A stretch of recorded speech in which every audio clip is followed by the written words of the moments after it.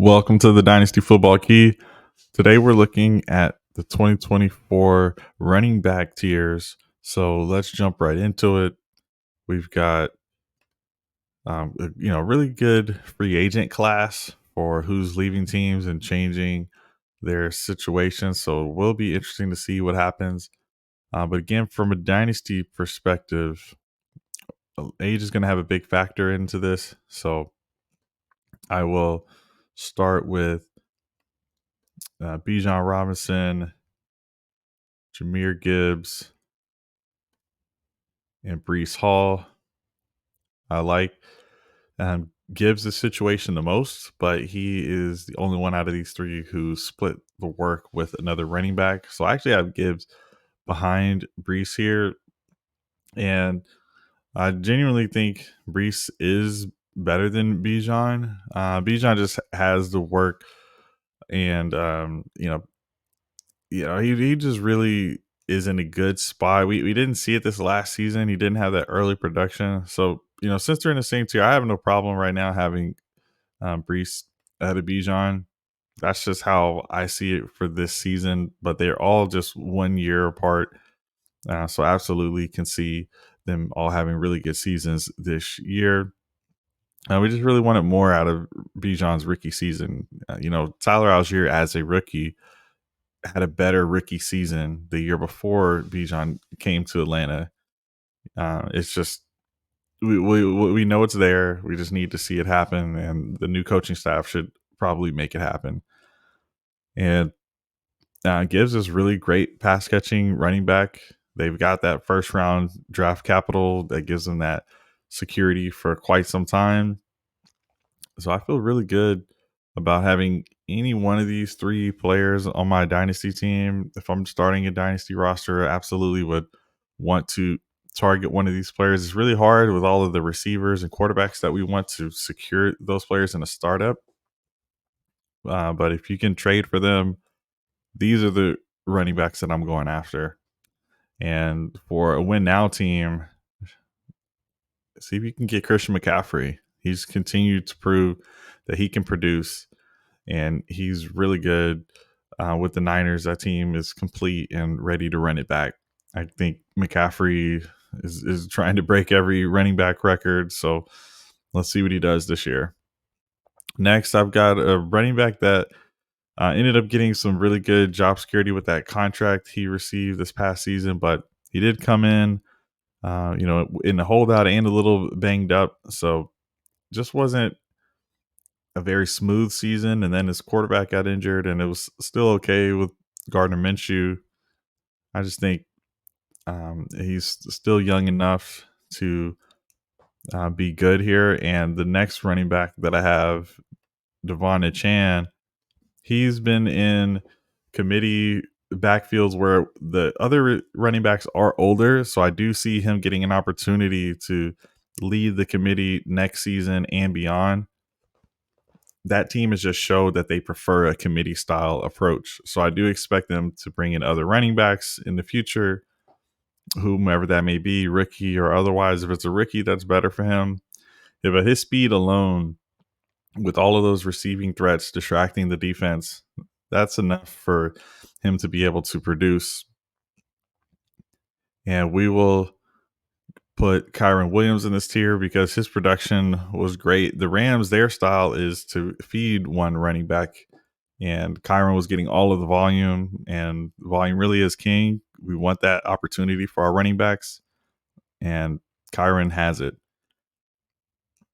Travis Etienne, also in this tier, good athleticism, good quarterback. He's in a really good spot. Kenneth Walker, I'll have at a tier below. He can produce when he gets the ball. It's just they do have another running back who was drafted in the second round that is also really good. We'll see how that all shakes out. Just not a running back that I want to solely depend on, knowing that the team prefers to have a thunder and lightning approach, even though both running backs have the ability to kind of carry the workload. Next, I have Saquon Barkley. He's a bit on the older side, but really athletic running back who can do it all.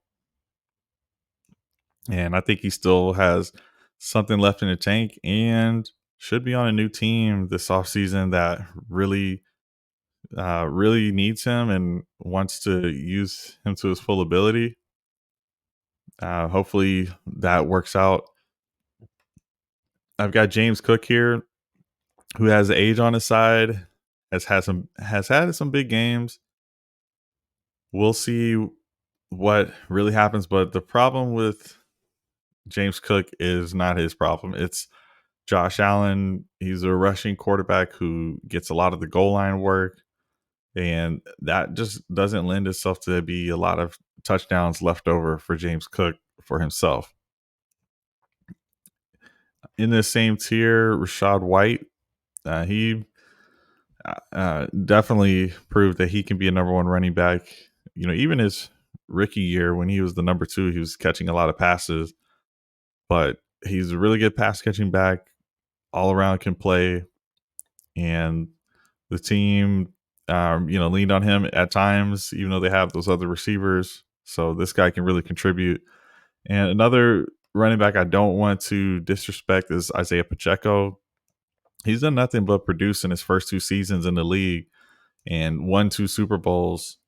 And at this point, we've got Jerick McKinnon, who's very old and likely on his way out. Clyde Edwards-Helaire, I believe, on the final year of his rookie contract that they were not picking up. So I expect them to bring another running back in, but I don't expect them to supplant Isaiah Pacheco in 2024. He's done nothing but produce. And if he's the one getting more of the pass catching work, like in the Super Bowl, he had 6 for 6 in catches, and he's had games where he's shown he can catch the ball if they need him to. It's not his go to. Still, he is on a great team that's always going to have opportunity to score. And next, because I haven't seen it, I will put Tajay Spears in the next tier below, but I do believe he'll get an opportunity to be a starter. So, from the dynasty perspective, at age 22, this is a really good player that I would be wanting to have on my team. Same with Javonte Williams at around 23 years old. He's had a lot of large pass catching total games. So for PPR, he can be a good back. We'll see what their quarterback situation is this season. So that may be tough if they don't land a quarterback who can, have some efficient drives and score. If they're not getting into the red zone, then it may be tough for Javonte. Still, with pass catching, I think he'll have an opportunity because one of those receivers is likely to leave.